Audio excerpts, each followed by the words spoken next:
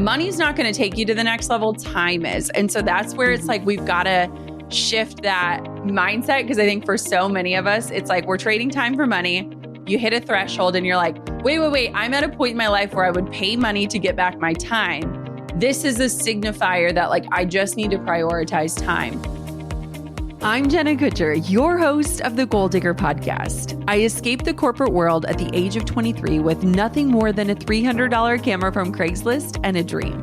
Now I'm running a 7-figure online business that feels even better than it looks, all from my house in small town Minnesota with my family. Here, we value time as our currency. We mix the woo and the work, and we are in the pursuit of building businesses that give us the freedom to live lives that we love. I've always loved turning big goals into reality, and I'm here to help you do the same. This isn't just a peek behind the curtain. Come along with me and my guests as we tear the whole curtain down. Every week, we tackle practical, no-fluff marketing strategies and host honest discussions on what works and what doesn't. Join me and my expert guests for actionable insights to help you grow your dream business with confidence. Pull up a seat and get ready to be challenged, inspired, and empowered. This is the Goal Digger Podcast. Have you ever felt stuck in the cycle of trading time for money, wondering how you can scale your business without burning out? Well, let me tell you, you are not alone. Today, we are tackling that and so much more in this coaching session with Emily Gardner Peterson, a birth and postpartum doula who has been serving families in Birmingham for almost a decade. Emily is an incredible doula, a mom of 2, and now she's exploring ways to transition from a hands-on service model into creating more sustainable income streams like digital products, courses, or maybe even a podcast. In our session, she asked thoughtful questions about imposter syndrome, making money, setting goals, and figuring out which income avenues to prioritize as she grows her business. If you are someone looking to build a life that works for you without sacrificing your time, keep on listening because this episode is absolutely packed with insights to help you scale and think in a different way. Emily, welcome to the Goal Digger Podcast. When all your marketing team does is put out fires, well, they burn out. And they burn out fast. Can you relate? Sifting through leads, creating content for infinite channels, endlessly searching for performance KPIs, it all takes a toll on our productivity and our mental health. But with HubSpot, you can stop burnout in its tracks. Plus, your team can achieve their best results without ever breaking a sweat. With HubSpot's collection of AI tools, Breeze, you can pinpoint the best leads possible, capture prospects' attention with click-worthy content, and access all your company's data in one place. No sifting through multiple tabs necessary. It is all waiting for your team in HubSpot. Keep your marketers cool and make your campaign results hotter than ever. Visit HubSpot.com/marketers to learn more. That's HubSpot.com/marketers. All right, we are back with another coaching episode with one of our amazing Goal Digger podcast listeners. Hello, Emily. Welcome to the podcast. Hi, thank you so much for giving me this opportunity. I am thrilled and honored. I'm so excited. We loved your story. And I actually recently shared this on a podcast episode, but somebody asked if I wasn't doing what I currently do, what would I love to do? And I said that I would love to be a doula and a birth photographer. I just think childbirth is a miracle and I am obsessed and I love every bit of it. I thought I was going to go into medicine. So the medical side of things does not bother me at all. I think it's fascinating. So you are like living one of my dreams, which leads me to ask you, tell me a little bit about you and what you do, and then we'll dive on into the questions you've got. Oh my gosh, I love that you are interested in this too, because it is definitely my niche thing that I could talk about forever. So I got interested in birth work like a lot of birth workers after the birth of my first child. Now, you don't have to have kids to be a doula, but a lot of times you have that personal experience and then you're like, I feel like that is different than I thought it would be, or I feel like I would like it to be different the next time. And that was very much my case. I always say the birth of my first son, it wasn't traumatic for me or anything, but we got done and I was I felt like I wasn't the boss of that experience. Everyone was just kind of telling me what to do and I was a participant. So that just felt weird to me. And we have a program in Birmingham, where I'm from, it's a nonprofit that will allow you to train as a birth doula if you then volunteer to serve clients. And that's kind of like your payment for your training. And so that is what I did to get started. And that was 12 years ago. My first son, I think, had just turned 2. So I have been doing this work as a birth doula for about 12 years. I had another child, very different experience. It was like empowering for me 11 years ago. And then I also started doing postpartum doula work as well a few years ago. So yeah, most of the time I have done it just kind of like piecemeal here and there. But the last 4 years-ish, I would say, like around COVID, it really kind of like became clear to me that like I could make this my career. Like this could be the thing I do, and not just like, oh, sometimes I do that. And so I've been like trying to do it full time, trying to like expand offerings, expand what I do, and really like make it into a career. Yeah, I love that. Oh my gosh, I love that. Okay, so what are some of the questions? Let's dive in and we'll go back and forth. This is going to be awesome. Okay, so my first question is, how do you overcome imposter syndrome as a business owner? So like I am someone who, like, I struggle with imposter syndrome anyway, but I've been doing the actual work for so long that I feel pretty like confident in that. Like I feel like I am providing the service that is asked of me. But when it comes to like being like, I have a business and these are, is this what business people do? I don't know. But those kind of like, I have no background in that. I, read and listen to podcasts and all those things, but like that is a big insecurity.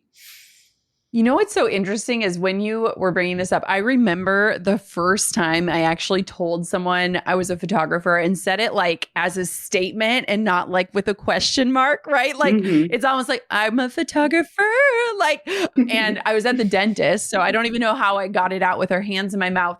I think I couldn't say anything else because she was working on my teeth, but I remember those feelings. And one thing that I think often is that it's not necessarily feeling like an imposter, it's wanting to be understood. And I think that a lot of our hesitation comes from what we think people are perceiving when we share about our business. And for a lot of times, it's like people treat us like it's like a little hobby, right? Like, oh, your cute little hobby over there. And that could either be the reality or our perception of the reality. And so I actually don't think you're an imposter. I think you know what you're capable of, but I think you might be thinking more about what do people perceive this as? Do you agree or disagree? Because it could go either way. No, I think that that's absolutely fair. I think I do that. I assume that people don't take me seriously or don't assume the best. And that's not a good thing to do. It's interesting because I guess I've never even thought of it that way. But as you were saying it, I was like, man, a lot of times it's on us to express it and then release it and just say what we do and let people think. If they think it's like a little tiny hobby, great. If they think it's an empire, great. It's not up to us to help them understand if they don't want to understand. And I think that the imposter feelings come in when we're trying to make people understand that don't care to understand. And so I feel like it's almost releasing the expectation that somebody understands what your business is and the amazing service you provide and the help that you give in your community and all of these things, and releasing that and just making a statement that this is what I do. And I think often we, especially as women, are so quick to belittle our life's work and make it sound small or make it sound like a hobby. And so I think it's on us to give definitive statements. And if people are curious to learn more, they'll ask the next question. And if not, we just have to release it. I think that's really good advice. And like, it's funny along those same lines, because I kind of feel like the reason I am trying to like move forward in like a business sense and more like a professional sense is because of like other doulas too. Like if I belittle or like what I do, then I'm also like belittling what they do, Yep. And like, I want us to be able to like have this line of work as a sustainable way to support our families and everything. Like a lot of people are kind of like me, where, you know, you're interested when your kids are little and maybe you like do it a little bit, but you're like, this is hard. It's hard to be on call. It's hard to be gone for long periods of time. And so then they're more in it for a season, which is totally fine. Like if that's, but I want it to be an option, you know, that you can stay in it for the long term. Because I think that benefits everyone. Kind of speaking of this, like a side question, it is like a little bit taboo in like the birth work community to talk about money or like express like wanting to support yourself. I don't know, which sounds kind of crazy, but like it really is. And I think a lot of those things probably surround like patriarchy and women's work definitions and stuff like that. But that is another thing that I'm like struggling through, is being able to like be proud of and say, like, from a business perspective, you know. So I don't know if that's like imposter syndrome, but it is a thing I'm struggling with. When I first opened my online shop, the idea of setting it up felt so overwhelming. I had all these tools I wanted to share, but I didn't even know where to start. Then I decided to use Shopify. In less than a year, we made over $200,000 in sales. And since then, we've made multiples of that. From setting up the shop to processing payments, Shopify made everything easy and seamless. Everything just clicked. It was almost fully automated, and that allowed me to focus on creating while Shopify handled the heavy lifting. Now my shop practically runs itself. If you want to sell but you don't know where to start, you've got to use Shopify, home of the #1 checkout on the planet. Upgrade your business and get the same checkout we use with Shopify.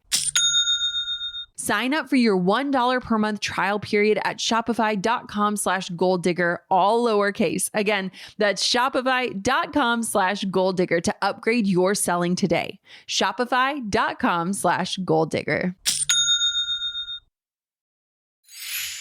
Are you ready to take your B2B marketing to the next level? Because if you're not using LinkedIn ads, you're missing out on huge opportunities. Other platforms are great for pretty pictures and fun videos, but when you want to reach the big decision makers, the people who can actually make things happen, LinkedIn is where you need to be. We're talking 180 million senior level execs and 10 million C-level leaders that you can build valuable relationships with. With LinkedIn ads, you get smart targeting and tracking tools so you can focus on getting results where it counts. LinkedIn generates 2 to 5 times higher return on ad spend than other social platforms. That's why 79% of B2B marketers say LinkedIn is their go-to for paid media.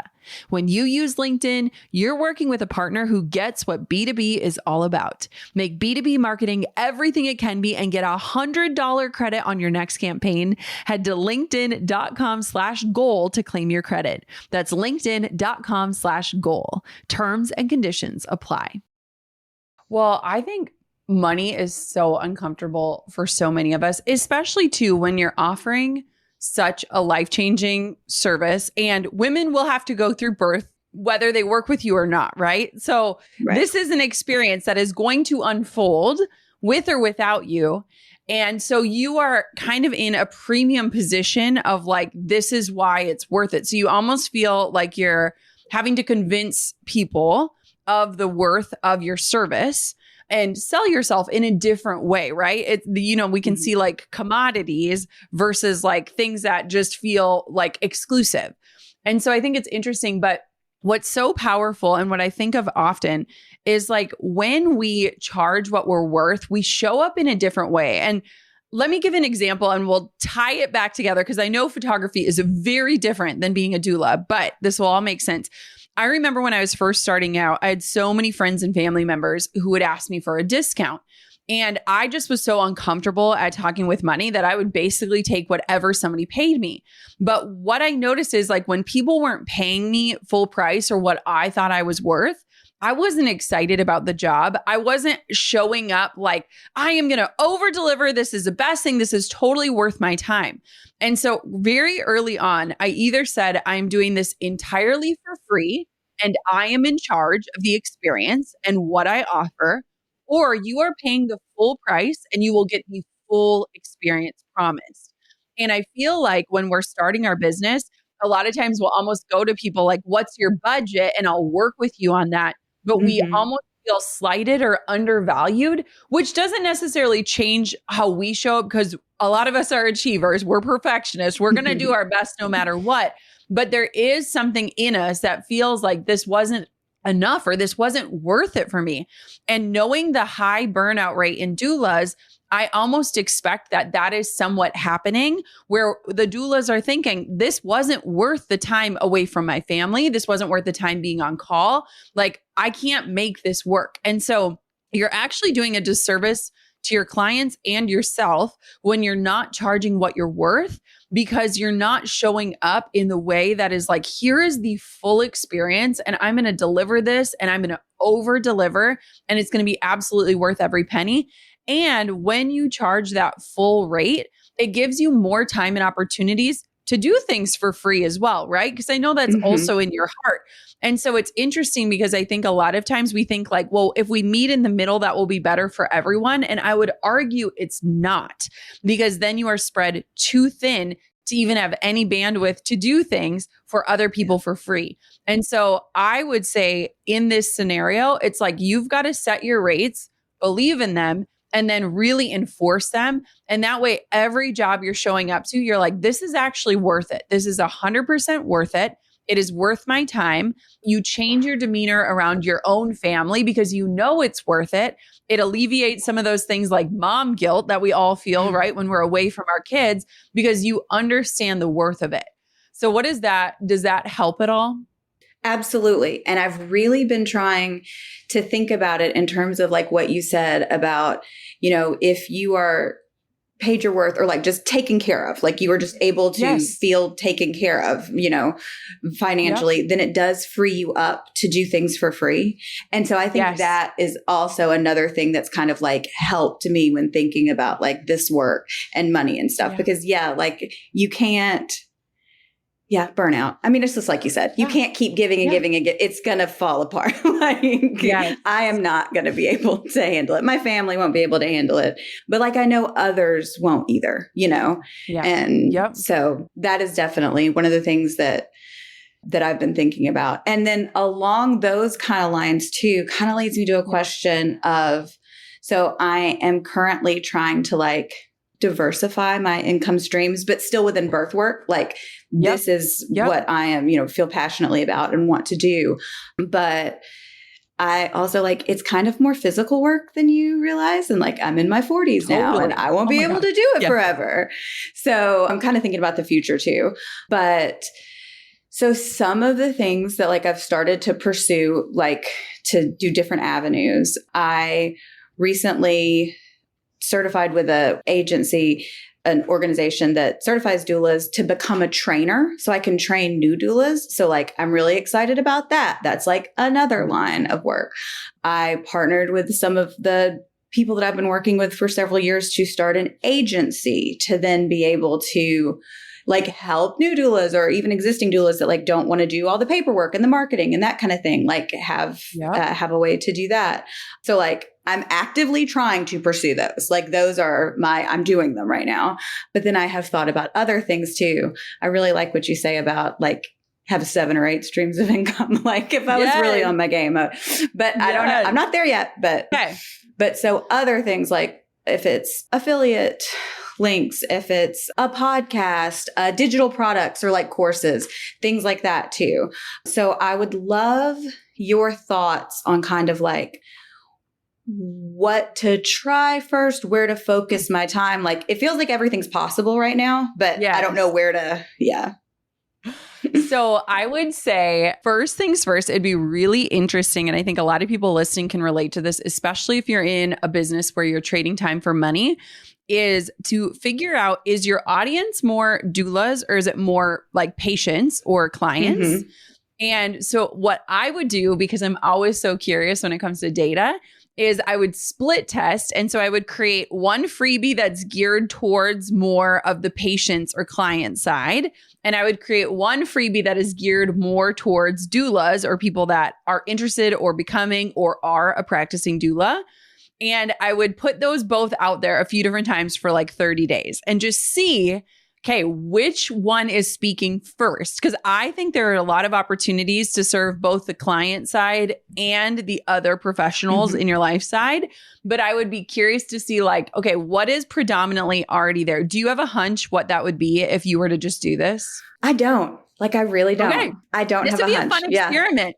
And it's interesting too, because I remember, especially when I was first starting to teach photography, I was worried that it was going to like alienate my clients, but it did the opposite. It was like, oh, we have the best photographer because she's teaching other photographers, right? And so there was zero alienation happening. It almost was like raising my authority. So I think don't worry about that. So I would say experiment on that side. There are so many ideas I have. One thing that is very fresh of mine, because one of my team members just had a baby, is I ordered her postpartum meals, like meals delivered. And that was so expensive, but so worth it because I remember being so hungry and trying to nurse and waking up in the middle of the night and all these things. And I was like either creating like recipes that are nourishing to a mom, because I'm going to guess in your postpartum doula work, you're doing laundry, taking care of babies, cooking food, cleaning bottles, like all of those different things, all right? Of the things, and so, so I'm like, you could either cook the meals and have like a local type delivery service for moms, or you could create the recipes that people in their lives could make for them. Like I know with my sister, like I was asking her, like, what kinds of foods can I make that sound good for you? Like, how can we help you? And so it's not even for the moms to create more work for them, but the people that love them, that want to support and nourish them. And that's a great place for, like, you could sell the recipes, or you could have the affiliate links for certain ingredients or things inside of it. Another thing that I think is really interesting to consider is when you are creating this agency, there are so many different ways that you can support other doulas in the work. And I could imagine you at some point, especially as you build out an agency, where you are more the person who is helping connect, like the matchmaker, connecting clients with the right doula, right? And advising and guiding in that way. And I think that that is a beautiful way to get you out of trading time for money and building up a network of other people. And I was thinking about it this morning because I was thinking about the questions you had sent in. And even remembering when I was a photographer, we had certain Facebook communities where, like, if you had an emergency, there was someone who was going to show up for you. And it alleviated the ultimate stress of like that feeling of like life or death, even though it wasn't, but it feels like that, right? It's so important. And I remember when I went through one of my pregnancy losses, I was able to text somebody and be like, can you just be on call for me? Like, I think I'm going to be able to shoot this wedding, but if anything happens and I need to go, and like, she was like, I'm there. I will be there for you. And so not only does it help alleviate burnout, but it helps alleviate that like cortisol raising stress of like, I am the only person. And so I think that's interesting. I also think that, and knowing a little bit of your heart, creating resources for women who can't afford to have a doula, but want to feel in control of their birth. So many women take like hypnobirthing classes and take like childbirth classes and stuff. And so using all of your experience, your own personal experience, but your experience as a doula to help empower women as they prepare for birth, even if they're not able to afford a doula, is a beautiful form of service. So I feel like, and then you can create courses for doula themselves. I mean, there's just, I agree. I feel like the sky is the limit, but I think starting with where is your audience currently and getting clear on that information, and then starting to go down one path and just getting one thing going well, then you can kind of rinse and repeat that same idea or that same process for the other side of your audience. Jenna, you have such good birth working ideas. I know it's like this season. You really do. I'm telling you. And here's the thing too, is like, you could even create like birth plan templates of like, if this happens, then this, or, you know, like just things that empower women as they go into it. You could create postpartum packages. You could create hospital packing lists. You could, I mean, there are so many things, and it's such a beautiful time. You could create playlists for birth. I mean, like, a million different things. And so I think you're right. It's a beautiful place to be. And also too, I just think there's actually three audiences. This might blow your mind, but there's the client side, there's the other doulas, and then there's the support roles of the people who are supporting women in birth and postpartum. And I think those people are probably the ones hitting the Google search bar the most of like, how do I support my partner or spouse or daughter or sister or best friend when she has a baby? And I feel like that's a really underserved community because a lot of times people try to be helpful and we all know that they're not. And so it's like you could be that guide of like, here's what she really needs. Or when she says this, this is what she really needs. So I've got it. I've never heard anyone say that before. I think that is such a good point. I also really like that you told me that I don't have to, which I know this logically, but like, I don't have to do all the things at once. And I shouldn't try to do all the things at once. Do not. Yeah. And yes. And I think that was really important for like me to hear right now, because I am. And that was kind of another one of my questions. But I think that you definitely like at least got started answering it, like the moving from doing the work. It's like you're saying, like when you're exchanging time for money and building something like beyond that, where being in the work and not like working on the business, like those two different things, because like I'm not ready. I'm not ready to give up like birth work yet. Like I still want to do it.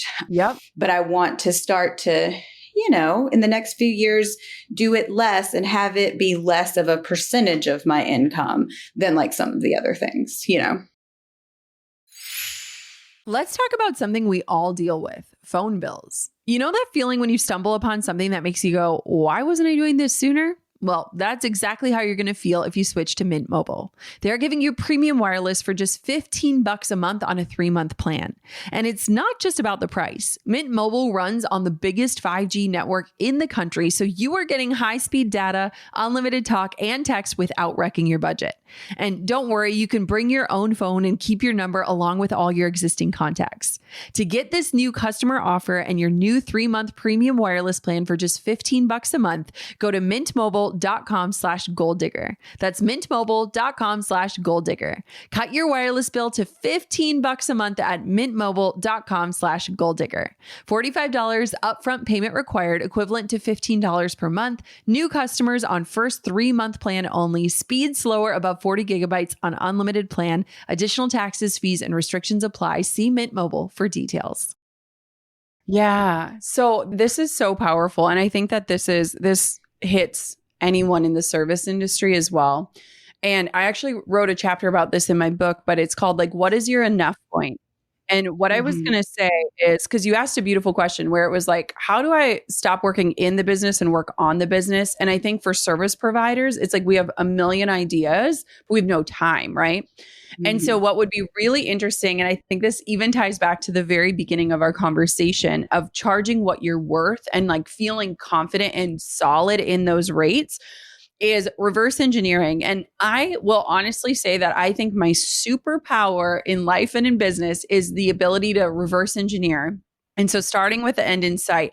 And so for you, Emily, it would be looking at, okay, what does my doula work as the provider need to bring in for the year? And what I would challenge is that you get really clear on whatever it is, like expenses you're covering, or if it's a mortgage or childcare, whatever it is, whatever stage of life you're in, getting really clear on this is what I need to bring in. And what happens is a lot of times we either overestimate it or we keep earning more because we keep seeing more opportunities come. And we're like, of course I'll say yes, more money. Yeah. Yes, yes, yes. But in the taking more money, we're losing more time to work on the business.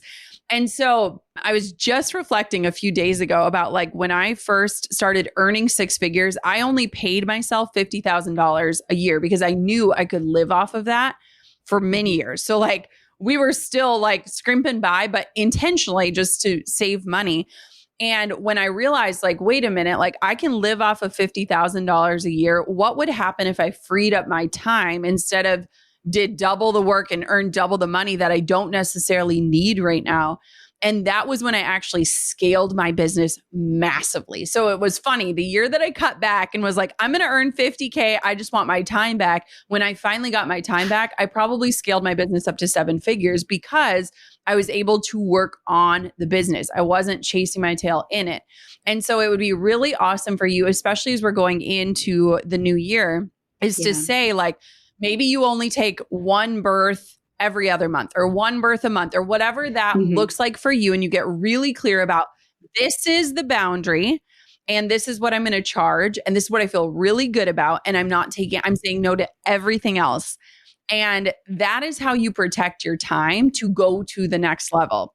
Money's not going to take you to the next level. Time is. And so that's where it's like, we've got to shift that mindset. Because I think for so many of us, it's like, we're trading time for money. You hit a threshold and you're like, wait, I'm at a point in my life where I would pay money to get back my time. This is a signifier that like, I just need to prioritize time. And so that's where like, I want you to protect pockets of time where you are very strategically working on the other avenues. And I love that you brought up, like, you don't have to do everything at once. I would argue, like, do not do the thing that feels like your life's purpose first, because you're going to mess up, right? As you're doing new things, you're going to learn. So start with something that feels not so important, not like it's like the thing that's going to be on your headstone. It might feel stupid, like a grocery shopping list for a postpartum mom. That might not feel important, but it is. And I would say like learn all your lessons on something that feels a little easier, lighter, and not so like close to your heart, so that by the time you do that thing that feels like your life's calling, you have the experience, the wherewithal, and the confidence to execute it on the level that you can. And so I always talk about like, what is the lowest hanging fruit? Like, what is the easiest idea for you to take action on? And how can you start to see yourself getting results? Because that is so contagious and it will carry forward with all the other ideas. And so I think a lot of times we overcomplicate it and we're like, I'm going to start with like the biggest thing first, that life calling thing. And then when it doesn't pan out, we're like, well, screw it, I'm done. And so I just think time is your currency, getting really clear. And so when I went from $100,000 a year to 50, I ended up learning about like online courses and all these different things. And I had the time to implement them. And then I went down and I went from 15 weddings to 8. And then I did 2 years of 8 weddings. And then I did 4 weddings. And so it was like, I think a lot of people think like, I just started making money online and I walked away from photography. No. Like 5 years ago, I was still shooting weddings and it was this slow progression and I still loved it, but I wanted to protect my love for it. Right. And I feel very similar. Like that's how you feel too. Like I don't want to be done. I want to protect my love for it. And the only way to do that is to not burn out. And so you're in this like protection mode, which means you've got to kind of figure out the phase out or what it looks like to do this in a way that's sustainable. No, I love that advice, particularly about the not doing like the biggest, most significant feeling thing first, because I'm also the queen of like task paralysis or whatever, where it's just like, oh, this sounds so hard. I can never do it perfectly. So I'm going to not do it, you know? So I think that that is really helpful too. And like the contagiousness of once you get a little success or a little completion of something or whatever, you're like, oh, maybe I can do another thing. No, I love that. I wonder if you went through this too, like when you were doing photography, because there's also this thing when it comes to, you know, if you say like, I only want to do 1 birth a month or whatever, you know, you're kind of scheduling out like on average, maybe like 6 months in advance is kind of like what birth work is. But there's always, I still like always have this fear of like, well, but what if no one else ever wants to hire me again? You know, like, so that makes it even harder to not just say, oh, I already have 2 April births, but I could probably do another one. And my husband and my business partners, like we all try to encourage ourselves, like, but what does history tell us? History tells us that someone else will hire you again, but it's still really hard to have that like trust and faith in yourself. And I think I totally agree. And I mean, I was like shooting weddings in climate where it was like literally all my work happened in 6 months of the year, right? So it was like anything from like April to October, I was like double booked basically. And it was a blessing and a curse, but here's what you have to remember. There are always going to be people having babies, right? Always, Right. always, always. Like nothing you do is going to stop that reality.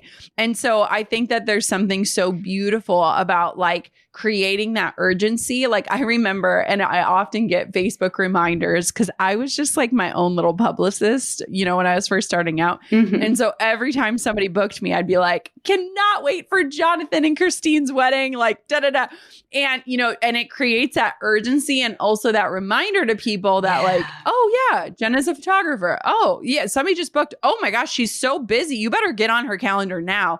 Like that kind of vibes. And so it's interesting because a lot of times we're like, we don't know what to talk about or we don't know what to share. And obviously when it comes to medical things, it's a little bit different. But like you could even be like, oh my gosh, I get to bring another baby into the world in April. Like April's going to be a busy month. And it just is like a gentle reminder to people of like, Emily does this work. Oh my gosh, wait, my friend's due in May. I should probably tell her like Emily might already be booked for May. And so it's interesting in that way. But I would say too, like, part of the reason why I would never be a doula and like I would be a birth photographer if I didn't have to be on call. Like I can't imagine sleeping with my phone. Like I've had friends that are birth photographers and everywhere they are, their gears in there, like they're at the soccer game and they're like ready to go, right? Like you just don't know. And so I think too, from the burnout standpoint, you have to have those boundaries and those limits, or else you are literally living your life on call. And like, I would argue that's not a way to live. And so giving yourself those reprieves and those rests and those breaks, I think is super important.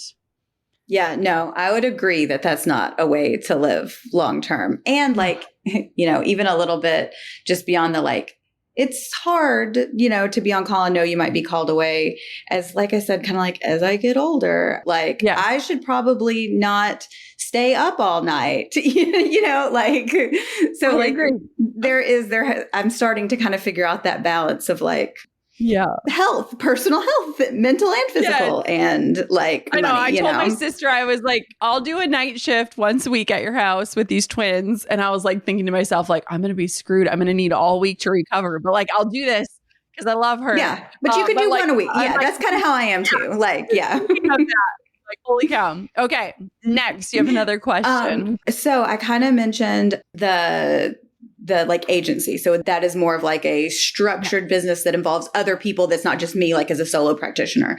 So I would love to know more about like goal setting in that regard. It's not something that I like naturally excel at, but I do understand that how like it's important in order to like be headed in the direction you want to go. Like if you don't have a goal, you don't really know what you're doing. So I'd love just like some more info about that. So when I got super booked out and when I started limiting my time, I actually hired an associate photographer because we were getting so many inquiries for me and either people I might have been out of their budget or I was already booked. And so I love this agency model in a lot of ways because I think first off, Emily, it can elevate you to be like, Emily is like the creme de la creme. Like if you can afford and get Emily, this is it. But Emily's also limited. And so if you can't afford Emily, or if she's already booked, here's an amazing network of other people. What I think is going to be interesting is if you can first set your goals for yourself, I think that's going to set the stage for setting goals within a bigger collective. And then also establishing with the agency, I think there's a few different models. So there's a model of like exclusivity where if you were to take people on and you were like, you cannot work on your own or for someone else. I don't personally love that model because I'm just like, girl, go get your check, like wherever that's coming from. But then there's also the model of like, if we connect you with the work, then we get a percentage of whatever that is. But personally, when I think about it, I'm like, if I were going into labor, I would want to be a part of a network. Like I would want to know that my doula is a part of something bigger than themselves so that I'm not just relying on one person because life happens, right? I think most of us understand that. And so what I would look at is like getting really clear with what somebody's expectations are if they come through the agency, if they're just looking for additional bookings and they're cool with like the commission model. I think that's super smart, but you're going to almost have to be really clear as to like what are the expectations? What are like the values of the agency that this person needs to uphold? And then like, how is that payment thing going to work? And so when it comes to goals, one of the things that I have been learning, and it's interesting because I feel like the pendulum swings in my life, is like, for a lot of years, I was just flying by the seat of my pants. I didn't really have a lot of goals. I was always just like surprised and delighted at what was happening. And we were always profitable. So there wasn't a lot of concern. And over the last few years, I've gotten really invested in like data and forecasting and understanding like more the bigger budget and getting in the spreadsheet every single week and all these different things. And I feel like where I've settled is like, it's so great to have goals, but also hold them loosely. I have seen so many friends who do incredible work and then they're disappointed because they missed a goal, but they don't see how much work they did or how many lives they changed, and they get lost in those numbers. And so I feel like I've landed in this place of like, yeah, I want to be driven and I want to like push myself and my team, but at what expense? Like if it's the expense of joy in the process, I don't want it. And so kind of like what you think of when you do your enough point of like, what do I need to cover? What is my minimum? Where will I say no once I hit that point? The same would go for an agency, and having those discussions with each person as to like, what is your enough point? Like, how many birds do you need? How many do you think you can bring in yourself? How many are you relying on us for? And helping people walk through that simple equation, I think it alleviates a lot of stress, because when you start managing other people, it's like, you don't want to be worried, like, is their mortgage paid? Are they good for groceries? Like, you don't want to feel that responsibility, because that can happen when you're running a team. So what questions does that bring up for you? Well, I absolutely relate to, yes, I would be worried about if others could pay their mortgage. Like, you just can't help it. But yeah, like keeping, I don't know how to say this because I'm not such a business person, like cash on hand, or how to kind of like see what. You got to let that identity go. Hold up. You got to let that identity go, that you're not a business person. Like, you've got to like clothe yourself in that identity. You are a business person and you have made it so far. And so like, we've got to shed that belief, because that you're carrying that with you and it's not yours to wear anymore. Like, you have done all that, but continue. But I want you to pay attention to when that thought pops into your brain, because you are a businesswoman and you're amazing. Okay. Thank you. How to know like what percentages of like cash on hand we should try to keep and stuff, those kind of things. I mean, we have rates set, payments set for like this beginning point, like where we're starting out. We're trying and seeing, because this is a new thing for us, but kind of like how to figure out those things in terms of, how much we want to have, for the next year, like the starting point for the next year, and just figuring out some number things like that. And I don't know if this is like an accountant question, is like hire some people, lady. Well, I think that accountants are so awesome, because I even think back, like before I had even made a penny in my business, I had hired an accountant, and I just had somebody slide into my DMs last night, and they were doing all the things and they were panicking because they were like, when do I start an LLC and all these different things? And I was like, okay, I remember this feeling, like, and I was like, this is like where you want to have somebody who knows more and can see more than you can in their world. Like, that's their zone of genius. That is where you want to get someone on your side to help with that. And even yesterday, we were talking to our accountants about like tax payments and all these different things, where I was like, I don't want to be the expert here. I don't need to know this every single day, but like walk me through and guide me. And I will just say too, like, this is where the transparency with anyone who's in the agency is so important, because some people might just want like one birth a quarter, right? And some people might want to be like fully booked out and like, I want to be able to fund my kids' college education. And so getting really clear as to like, what are people's goals, and encouraging them to take ownership over what do you need and what does this look like for you? It alleviates you trying to be the guessing game or you trying to play fair. It's like, if everyone knows that like Nita only wants one because she's in, closer to retirement and just loves this work, versus Tasha, who wants this to be her career, like then everyone is playing on a team and you're managing it in a much different way than you kind of playing coach and putting people in off the bench, right? And so I just think it's like a whole different energy where it's like, you are responsible for what you need and like, let me know. And then we're going to all work together as a collective to get everybody what they need, the best that we can to our abilities. Yeah, I think that's really great advice. And I think that's something that I'm like seeing right now is like, oh, this management role that I have not done before. And like, I think it's really important. And I want to, like I said, like the big part of an agency is because I want to be able for this to be sustainable for their families too. Like Yes. I want to support other doulas, but like, yeah, just the, I'm used to kids. Like I could manage kids, but these are adults. Like we're not. We had like boss school because all of us that are running companies, like we started because we were passionate about what we're doing, not necessarily passionate about managing people.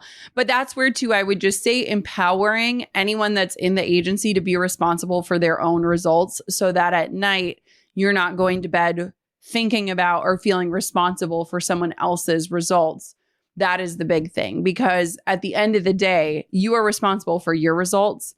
And if you help empower each person to feel that way, it alleviates this pressure and tension from your own life of like, I've got to feed everybody's families and figure this out, because it's a lot. It's a lot for us to carry. And I feel like that's what you're trying to get away from. And so setting those expectations up front and empowering each person to help be responsible for the results alleviates those feelings for you. Emily, where can everybody find out more about you, watch you go? Because we know you're going to get all sorts of things coming, everything. So for the agency, which started out as a collective that we all kind of did together, the website is bhmborn.com. So it's Birmingham born. The Instagram is the same. And then my personal Instagram is plus mom, doula, and yoga. I do that also. So I am excited and nervous and all the things, but like I feel in this really like transitional part of my life right now, and I want to lean into it. And I'm super thankful to you for helping me. Like, I can't tell you how helpful this has been. I'm so appreciative. Oh, thank you so much. Thank you for being a part of our community. And thank you for the work you do. I am like jealous and in awe of what you do. And so I know how precious of a time that is for women and just how special and intimate and, insecure and everything. And so it's just such beautiful work. This was so much fun. I can't wait for our community to hear it. Thank you so much. I absolutely love these coaching sessions, and I hope you love them as much as I do. It is so beautiful to meet you, my listeners, where you're at in your entrepreneurial journey as you are working through so many of the things that I've had to fight through over the years. And if you are someone who wants to be coached on air, make sure you are following us on Instagram at Gold Digger Podcast. And inside of our Facebook community, we have linked both of those. We have our Gold Digger Podcast Insiders group. There are 65,000 of you inside of that community. And every month we post about our coaching sessions. So you can apply to be coached on air on the show so that other listeners just like you can benefit. Thank you so much to Emily for coming on the Gold Digger Podcast. This was such a treat. And if you loved today's episode, take a minute to make sure you are subscribed so you never miss another show. Leave a review. I absolutely love reading them. I personally read them and they just touch my heart so much in this work that we're doing. And leave a rating. Thank you so much for listening to this episode of the Gold Digger Podcast. Until next time, keep on digging your biggest goals. Thanks for pulling up a seat for another episode of the Gold Digger Podcast. I hope today's episode fueled you with inspiration, gave you information that you can turn into action, and realigned you with your true north in life and business. If you've enjoyed today's episode, head on over to golddiggerpodcast.com for today's show notes, discount codes for our sponsors, freebies to fuel your results, and so much more. And if you haven't yet, make sure you're subscribed so that you never miss a future show. We'll see you next time, Gold Diggers.